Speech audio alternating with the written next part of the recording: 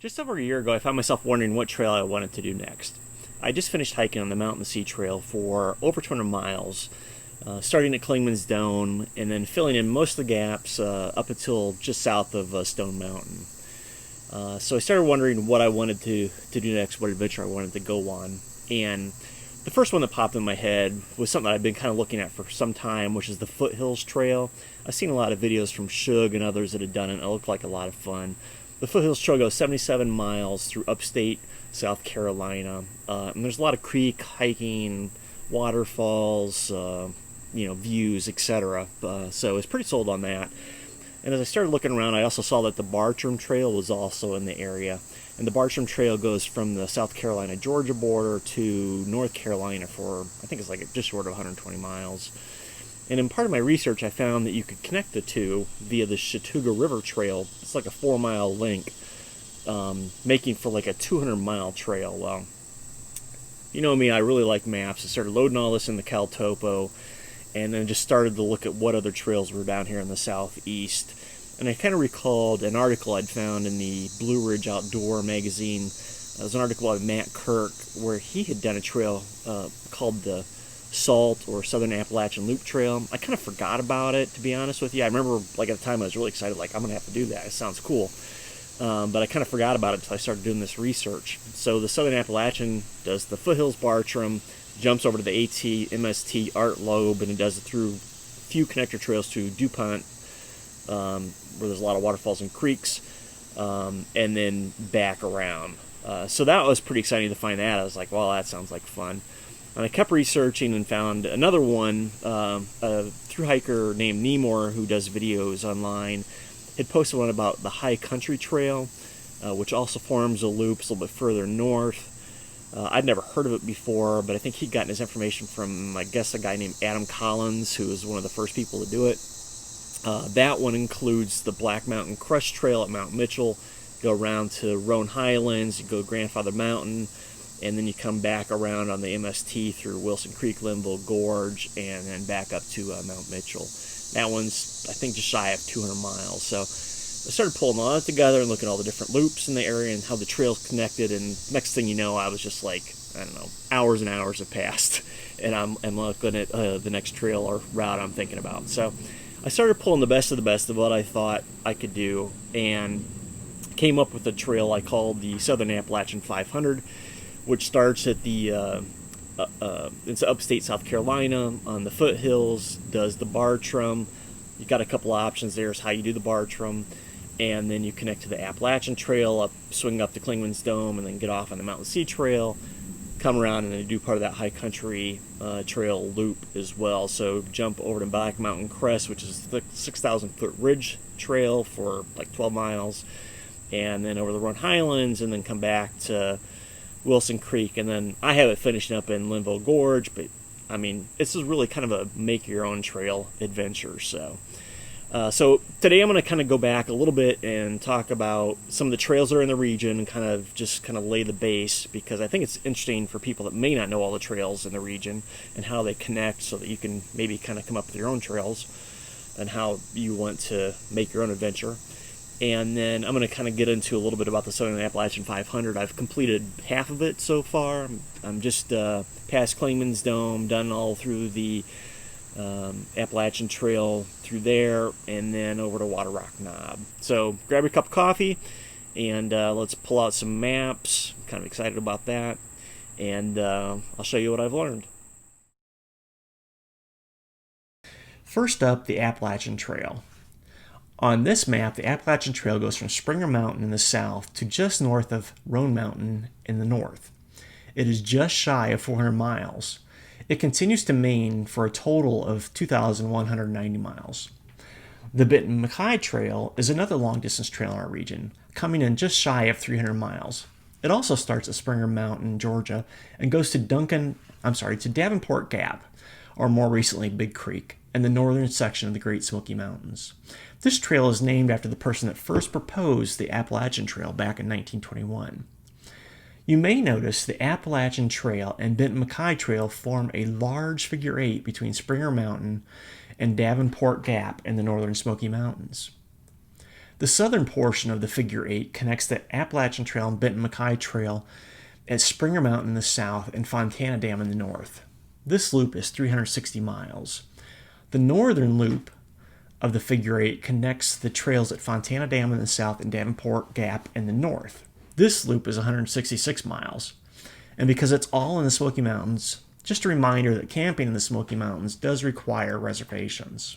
The Georgia Loop is formed by the Appalachian Trail and Benton MacKaye and Duncan Ridge trails. It is just under 60 miles.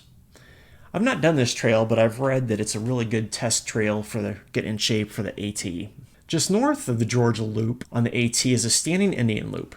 It is on the shorter side at 24 miles, but includes many scenic vistas, including Mount Albert and Standing Indian Mountain. The Bartram Trail is 116 miles and goes through Georgia and North Carolina. The trail follows the approximate path of the 18th century naturalist William Bartram. It is one of the lesser traveled long trails, and really kind of unknown to me. The Foothills Trail, on the other hand, covers 77 miles in upstate South Carolina. The Foothills and Bartram Trail can be connected by hiking 4 miles on the Chattooga River Trail, making for a longer hiking option. The Bartram and Appalachian Trails form a 58-mile loop that connects Chiabald on one side and Wayabald on the other. You can add on other portions of the AT or Bartram to make it a longer route. The Southeastern Serpentine Trail is a 580-mile route traveled by a thru hiker of some renown, Swami. It includes the Foothills and Bartram's Trail, the Appalachian Trail going northbound to Davenport Gap in the Smokies, and the full Benton MacKaye Trail heading southbound. If you don't know Swami, he's hiked over 60,000 miles. Next up on this map is the Mountain Trail, which starts at Clingman's Dome and goes for 265 miles near Grandfather Mountain. Full length of the trail is 1,175 miles from the mountains to the Outer Banks of North Carolina.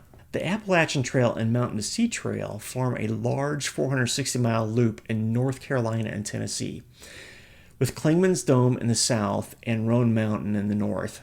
They can be connected in the north by 20 miles between Roan Mountain 19E and Grandfather Mountain. The Southern Appalachian Loop Trail, or SALT, is over 350 miles. It's formed by the Foothills, Bartram, Appalachian Trail, Mountain Trail, Art Lobe, and various other trails to get it back to the start in South Carolina. The High Country Loop Trail is a bit further northeast.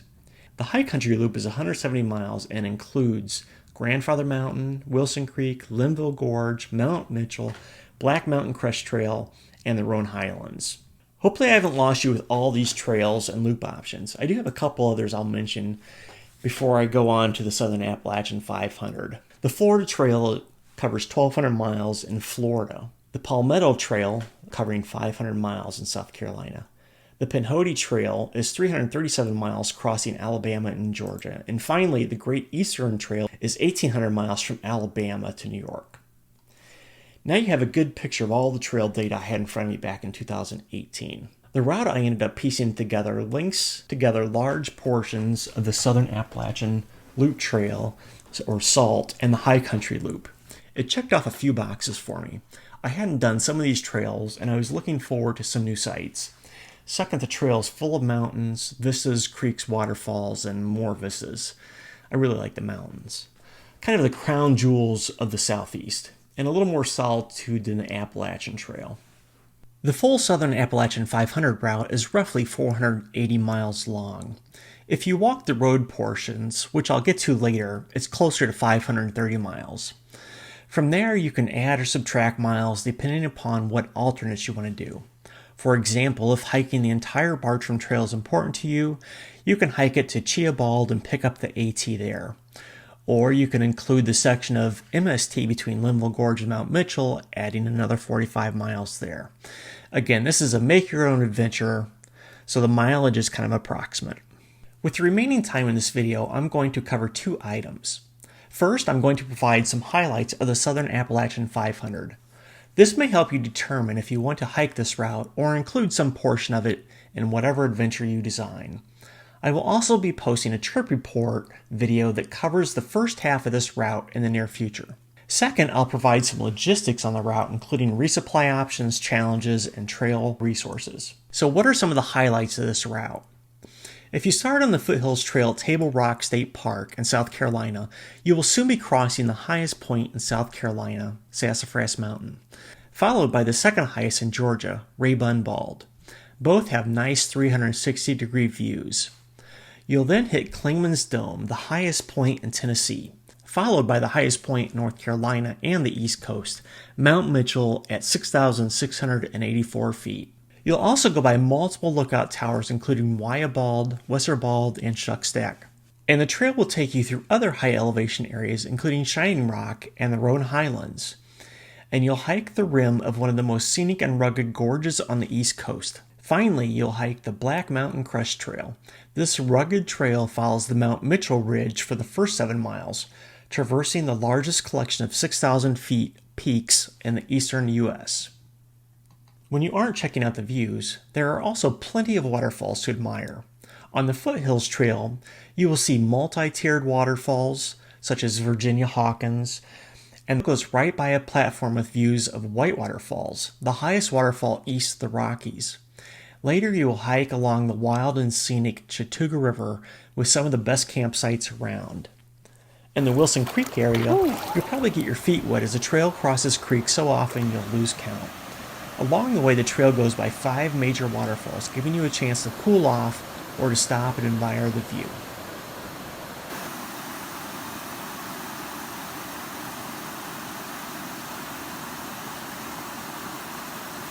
Now let's discuss some logistics. Many of these individual trails have their own support organizations and websites. I'll include a link to them in the video description. In some cases, like the Mountain to Sea Trail, they have free guides and GPS data that can help you plan resupplies or find your next campsite or water source. When you combine the trail data from all these trails, you can begin to see how you can plan for your own adventure or route. Second, the resupply options along this route are pretty good, going through nearby towns fairly frequently. The longest carry is actually from the start of the Foothills Trail at Table Rock State Park to either Clayton, Georgia, which is roughly 90 miles, or further on to Franklin, North Carolina at 136 miles. One option, though, for that section is to contact a shuttle provider for the Foothills Trail and arrange a food drop, or you could try to hitch to a nearby town or store. Now let's discuss some of the challenges on this route. First up, roadwalks. There are 3 areas that will either require a roadwalk, a shuttle, or a hitch. Fortunately, 2 of these areas are near towns that provide shuttles for hikers. The Bartram Trail requires a roadwalk around the town of Franklin, North Carolina.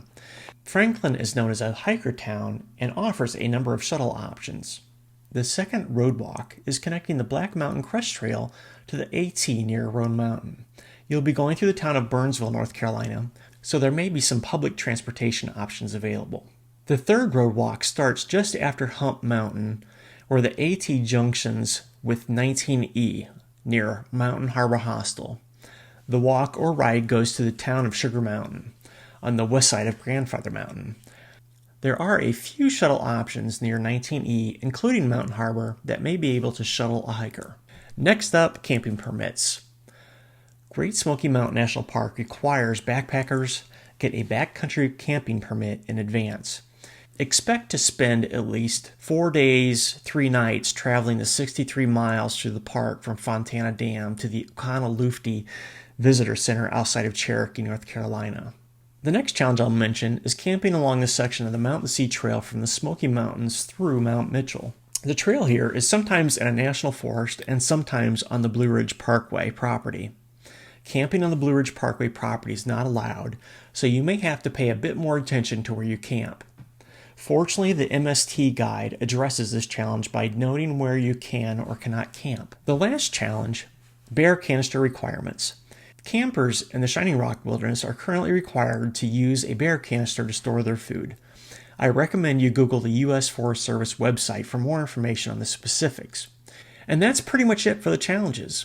If you're still watching this video, thank you. I hope you're inspired like me to make your own route and connect some of the longer trails here in the southeastern Appalachian Mountains.